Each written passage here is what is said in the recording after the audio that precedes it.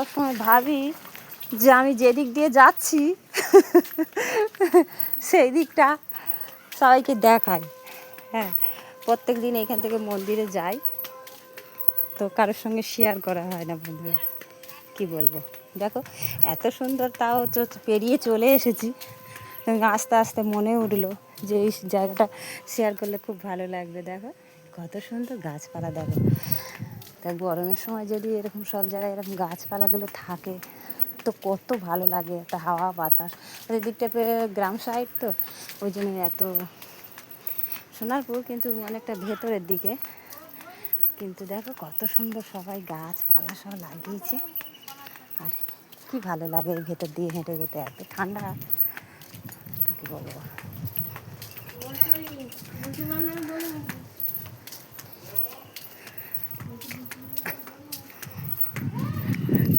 এই ভেতরের দিকটা হলি গলি মতো রাস্তাঘাট ঘাট, তো খুব ভালো লাগে বেশ।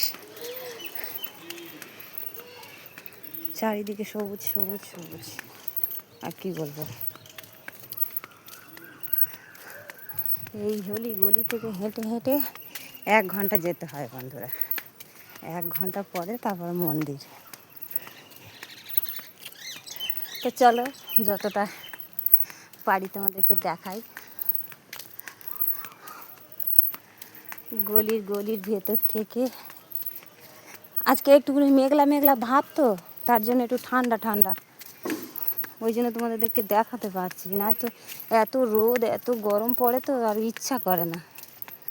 কি বলবো, বাড়ির সমস্ত কাজ সেরে গোবিন্দর ভোগ টোগ লাগিয়ে গুছিয়ে এটা ওটা করে মন্দিরে আস্তে আস্তে তো আর ইচ্ছা করে না।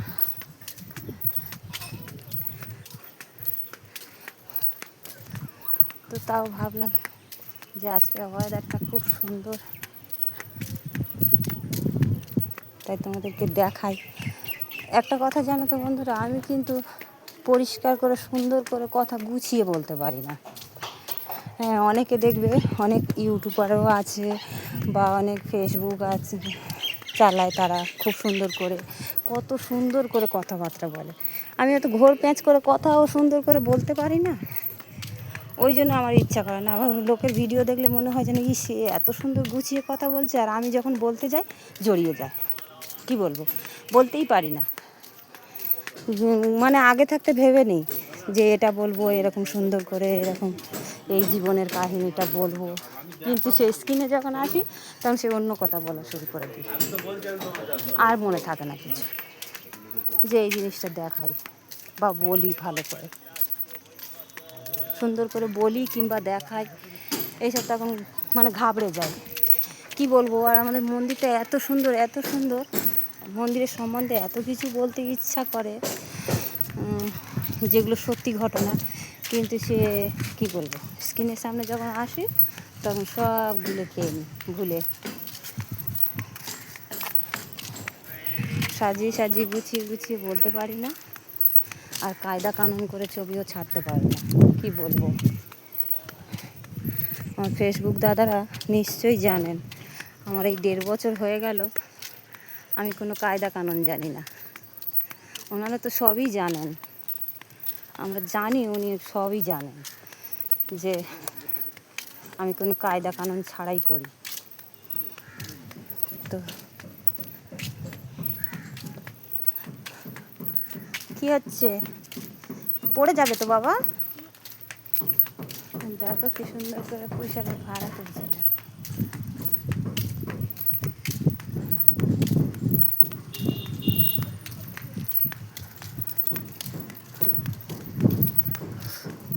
কি বলবো, এত গরম এত গরম, হাঁপিয়ে গেছি পুরো। এই দেখো রাস্তার ধারে আমার কাঁঠাল ঝুলছে সব। তো মেন রাস্তার ধারে চলে এসেছি, মেন রাস্তায় উঠে গেছি ভেতর থেকে এসে। তো হরে কৃষ্ণ, সবাই ভালো থাকো, সুন্দর থাকো, সুস্থ থাকো, আর একটা গাছ কাটলে 10টা গাছ লাগাবো, এইটুকুই বলার ছিল এই গাছপালাগুলো দেখানোর জন্য। ওই জন্য ভিডিওটা করেছিলাম আজকে। উদ্দেশ্যটা হচ্ছে ওটাই, গাছপালার জন্য। তো সবাই ভালো থাকো। মেন রাস্তায় চলে এসেছি, কিন্তু এখনও অনেকটা ভিডিও করলে শেষ হবে না। তো হরে কৃষ্ণ, ভালো থাকো।